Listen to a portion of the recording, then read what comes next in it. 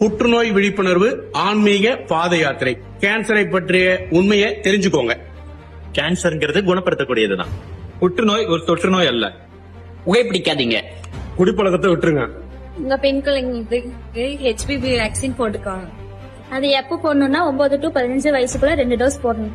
மார்பக சுய பரிசோதனை பண்ணிக்கோங்க. 40 வயசுக்கு மேல வருஷத்துக்கு ஒரு தடவை மேமோகிராம் பண்ணிப்போம். மார்பக கட்டியை சாதாரண கட்டியாக எடுத்துக்க கூடாது. மெனோபாஸ்க்கு அப்புறம் வர ப்ளீடிங்க சாதாரணமா எடுத்துக்க கூடாது. 40 வயசுக்கு அப்புறம் கலனோஸ்கோபி பண்ணிக்கோங்க. மோஷன் போகும்போது வர ப்ளீடிங்க பைல்ஸ்னு தப்பா நினைச்சிடாதீங்க. அது குடல் புற்றுநோயா இருக்க வாய்ப்பு இருக்கு. கேன்சர் பேஷண்ட்டை ஒதுக்காதீங்க. ஒன்றிணையும் கேன்சரை ஒழித்திடுவோம். டாக்டர் மணிஷ் ஆங்கியோபேஸ் கேன்சர் ஹாஸ்பிட்டல்ல இருந்து பழனி முருகன் டெம்பிள் வரைக்கும் ஒரு ஆன்மீக பாத யாத்திரையை மேற்கொள்ள இருக்கிறோம்.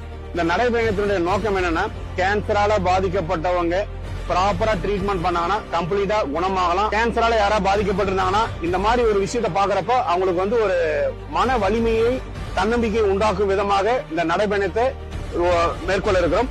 நன்றி, வணக்கம்.